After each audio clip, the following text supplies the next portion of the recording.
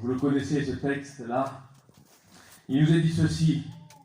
Car la prédication de la croix est une folie pour ceux qui périssent. Mais pour nous qui sommes sauvés, alléluia, elle est une puissance de Dieu. Amen. Amen. Je vais le relire encore une fois. Car la prédication de la croix est une folie pour ceux qui périssent, frères et sœurs. Mais pour nous, les enfants de Dieu, qui sommes sauvés, elle est une puissance de Dieu. Amen. J'ai pris un autre texte de la parole de Dieu, toujours dans le même livre, au chapitre 2, alléluia.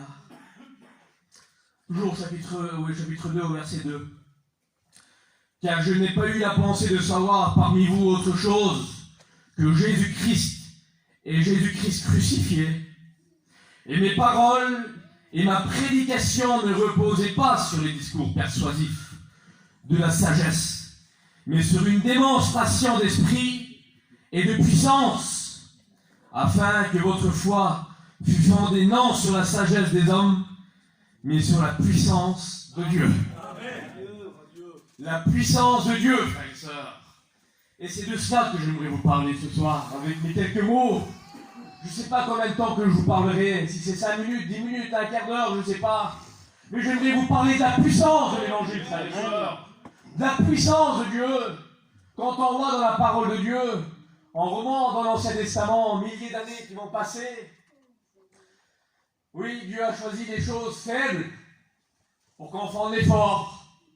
Les choses folles de ce monde pour qu'on fonde les forts, les sages. Mais j'aimerais vous dire, frères et sœurs, quand on voit dans la parole de Dieu, on voit tels que des hommes comme David, c'était pas n'importe qui, le roi David, mais quand il s'est dressé devant le géant Goliath, plus de 3 mètres 50, je crois, un géant est là. Oui, ça c'est des choses fortes. Comment faire, Baruch Devel? Ouais, David, c'est pas n'importe qui non plus. Mais là, il y a un géant devant lui. Mais c'est un homme puissant, David. Il y avait la puissance de Dieu sur lui. Il avait été oint par l'Éternel. Il était rempli de Dieu. Lorsque le géant venait, pendant 40 jours, 2 fois par jour, je crois, il venait insulter l'armée de Dieu, l'armée d'Israël. Sortez-moi un homme d'entre vous, là. Ils étaient rangés en champ de bataille. Mais il y avait là David. Oui, les choses folles, mais comment toi, tu vas aller combattre, tu vas dire Saül. Mais t'es qu'un enfant, toi. C'est un homme de guerre qui est devant toi. Oui, mais moi, c'est... Alléluia. Moi, j'ai la puissance de Dieu avec moi. Quelle puissance, l'évangile, frères et sœurs. Alors là, il y avait l'épée, sa lance et son javelot. Il a impressionné, certainement. Ils avaient peur, ils étaient troublés, même l'armée de Dieu, d'Israël. Mais David, il veut dire, toi, tu viens contre moi, avec ton épée, ta lance et ton javelot, là. Moi, je viens au nom de l'Éternel. Avec cette puissance, il n'y a rien qui peut faire face devant la puissance de l'Évangile, devant la prédication de la croix, frères et sœurs. Il n'y a rien qui peut faire face. Même les géants peuvent faire face. Parce que lui, c'est le géant des géants, frères et sœurs. Alléluia. Sois béni, Barodével. Et puis il y avait aussi un autre homme, le prophète Élie. Ah, il y avait 450 faux prophètes de Baal. 400 faux prophètes d'Astarté aussi. Ça fait donc 850 hommes là, devant un seul homme. C'est encore une folie, là, les frères. C'est encore quelque chose de faible. Je présente une seule personne contre 850 hommes, moi. Je suis mort, c'est terminé. Alors il va dire, jusqu'à quand clocherez-vous des deux côtés? Si l'Éternel est Dieu, alors allez chez l'Éternel, mais si c'est Baal, alors allez chez Baal. Alors il va faire quelque chose, lui. Parce que si les prophètes disaient qu'ils avaient le vrai Dieu, il va dire, allez, prenez le taureau là-bas. Allez, faites, coupez-le, mettez plein d'eau, faites ce que vous voulez. Allez-y. Il était certain, lui, parce que c'était l'homme puissant. Il y avait la puissance de Dieu avec lui. Il n'était pas seul, Élie. Il y avait Dieu avec lui. Alléluia. Alors qu'est-ce qu'ils vont faire? Ils vont commencer à invoquer leur Dieu. Ils vont invoquer leur Dieu. Je ne vais pas rentrer dans les détails. Ce n'est pas mon message. Alors, du matin jusqu'à midi, Élie va commencer à se moquer d'eux. Il va dire, il est où Dieu? Il dort? Il est où? Et il va dire, lui, il va prendre la parole et il va dire maintenant, mettez tes à dos 1 fois, 2 fois, 3 fois. C'était quelque chose d'extraordinaire. C'était impossible aux yeux des hommes. Impossible! C'était une folie ce qu'il était en train de faire Élie. Mais comme j'ai dit, il y avait la puissance de Dieu avec lui. Il va commencer à invoquer l'Éternel. Oui, le prophète de feu, on l'appelle. Il va commencer à invoquer l'Éternel. Oui, l'Éternel, il faut que tu m'exauces maintenant. Il faut qu'il voie que c'est toi le vrai Dieu. Et il va invoquer. Et la puissance de Dieu va se manifester, frères et sœurs. Le feu va descendre du ciel. Il va consumer toutes ces choses. Ça va être sec. Les gens vont commencer à crier à Dieu. Oui, c'était bien l'Éternel, le vrai Dieu. C'est pas un de ces Baals. Ou ces prophètes d'Astarté, là, non. Ils étaient faux. Ils vont commencer à remercier Dieu. Ça, c'est la puissance de Dieu, frères et sœurs. Il y avait là une folie, c'était impossible. Mais ce qui n'est pas possible aux hommes, c'est possible à Dieu. Ça, c'est la parole, c'est pas moi qui vous le dis, c'est la parole de Dieu. Alors, les années vont passer, les milliers d'années vont passer. Je passe vite, hein. On se retrouve dans le Nouveau Testament maintenant. On passe à des choses pour ceux qui connaissent la parole de Dieu dans l'Ancien Testament. Tellement beaucoup de choses qui s'est fait. Mais là, Jésus va être là. Quel homme? Notre Sauveur Jésus. Quand on parle de Jésus, frères et sœurs, il se crée toujours quelque chose, un bouleversement dans le cœur. Alors Jésus parcourait les villes et les villages. Quelle puissance qu'il avait notre Sauveur Jésus. Lorsqu'il y avait des personnes qui étaient atteintes de maladies, que ce soit la lèpre ou autre, il passait lui. Tu veux être guéri, toi? Tu veux être guéri? Alors il a imposé les mains. Il posait ses mains sur lui. Et à l'instant même, il repartait guéri. Amen. Quelle puissance l'évangile, frères et sœurs! Quelle puissance l'évangile, mon ami! Ah, il y avait là un homme. Gadara, le démon de Gadara. Des légions, il y avait en lui. Il y avait là les ténèbres, la puissance des ténèbres. Oui, si le diable est puissant, si le diable est fort, ben avec nous aussi, alléluia, on est tout puissant. Amen. Jésus va venir, va passer devant sa vie. Et là, le bouleversement va se passer. Un seul mot de Jésus. Et la légion sort dans les pourceaux. Un homme, sa vie va être transformé, changé. Jésus va rentrer dans sa vie, dans sa demeure. Sa vie va être changée à ce moment-là. Ça, c'est la puissance de l'évangile, frères et sœurs. Quelle puissance! Il y a la mort, Lazare, mort depuis 4 jours. Mais Jésus, ça sent déjà, tu ne peux pas rentrer. Ça fait 4 jours qu'il est mort. Non. Ça c'est les hommes. Ça, c'est la pensée de l'homme. Mais Jésus va dire, ôtez la pierre. Ôtez la pierre! Et Jésus va rentrer. Il va crier, quelle beauté, quelle puissance dans ces mots. Lazare, Lazare, sors! Alléluia! Qu'est-ce qui a dû se passer à ce moment-là? Là où il n'y avait plus de vie.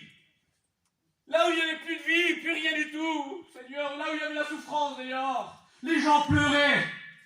Ça commençait à reprendre vie. Seigneur, ses mains vont commencer à bouger, ses yeux vont s'ouvrir. Le sang va circuler à l'intérieur de lui. Ça, c'est la puissance de Dieu, frères et sœurs. Ça, c'est une puissance.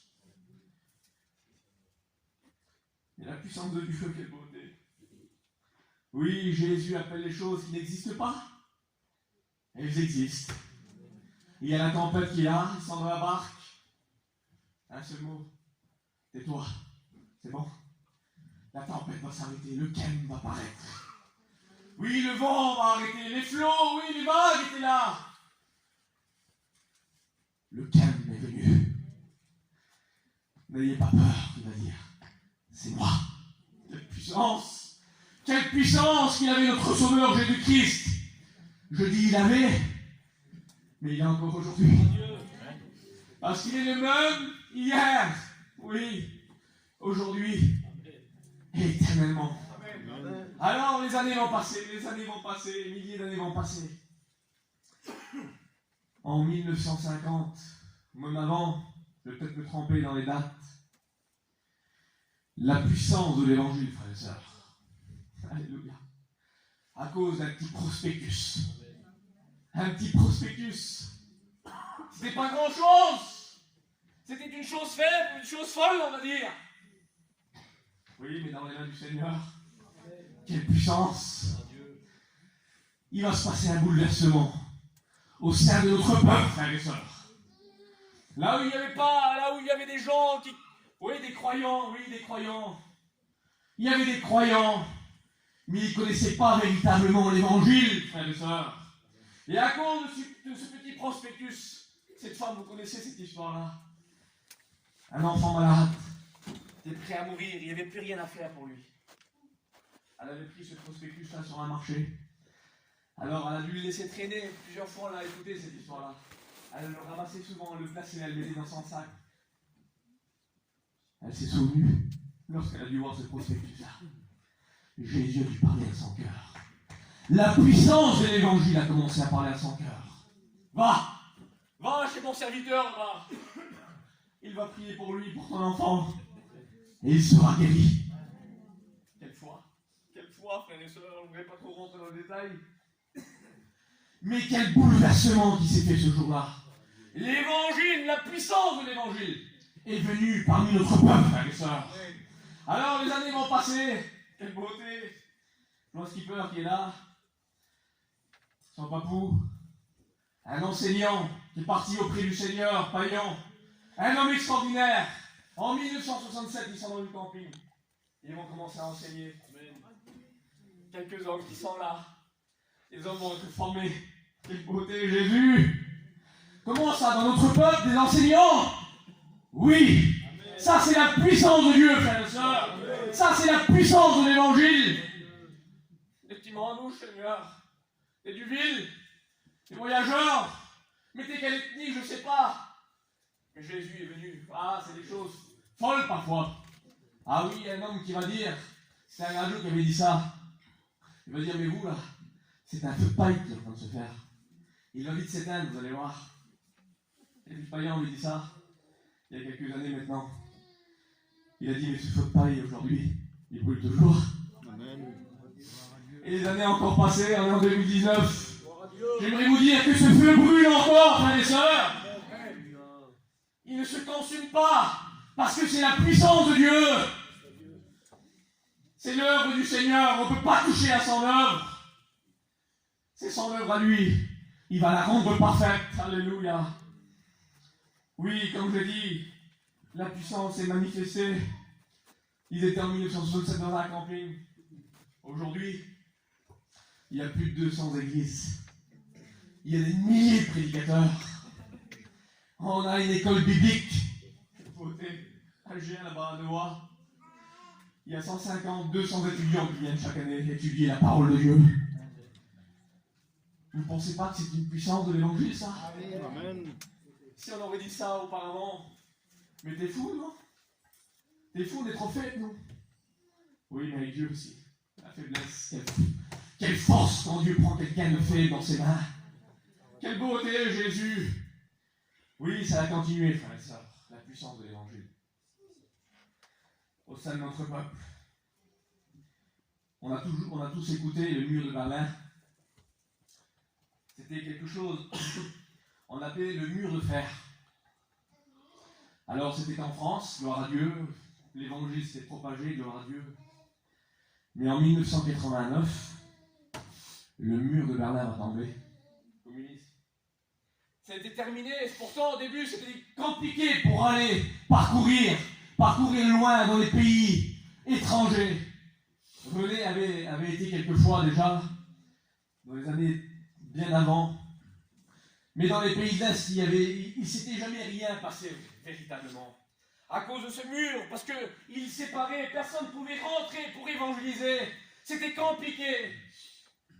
Mais dans la nuit du 9 novembre 1989, la puissance de l'évangile, frères et sœurs, a fait tomber ce mur. Ce mur est tombé, frères et sœurs. Et les hommes de chez nous, qu'on appelle les missionnaires, quelle beauté j'ai vu. Comment ça, Seigneur? En 1950, il n'y avait même pas un chrétien? Les enseignants ont arrivé. Comment, des petits manouches alors? Des petits voyageurs? Des missionnaires, eux? Non. Si. En 1990, frères et sœurs, il a donné, et le frère Lille, ils étaient en Belgique, et ils ont reçu un mot avec une adresse dessus. Cette femme qui leur a donné cette adresse-là, elle avait des frères et des sœurs en Hongrie, à Dunk. Et lorsqu'ils ont reçu cette adresse-là, ils se sont dit, on va partir là-bas. Il y a des personnes de notre peuple, au loin de chez nous. Et ils ont pris, ils n'avaient pas de GPS à l'époque. Et pour ceux qui ont été à Dunk, je ne sais pas s'il y en a quelques-uns qui ont été, c'est petit, c'est un petit village. C'est impossible de trouver comme ça. Mais ils étaient guidés, par le Saint-Esprit. La puissance de l'évangile, l'amour qu'il y avait en eux, ont fait qu'ils ont passé toutes les frontières. C'était pas facile, vous savez. Et ils vont recevoir cette adresse et ils vont partir. C'était l'hiver, ça. Et quand ils vont partir, ils vont arriver dans Kadjunk. Et ils disaient, on me laisse faire des manouches, comment dire. Il n'y a pas des manouches autour, là? Et les gens disaient, non. Il va arriver. Et à un moment donné, il y a vu une femme avec un petit panier grave. Et c'était Bouba. Une femme qui s'appelle Bouba, c'est une femme d'un serviteur aujourd'hui. C'était donc la sœur de cette personne qui avait donné l'adresse. Il dit, il y a des manouches là ici. Il a vu tout de suite que c'était une manouche. Ah bah? Encore mais je parle manouche moi. Venez chez moi. Et ils vont arriver. Et lorsqu'ils vont arriver, il ne s'est rien passé.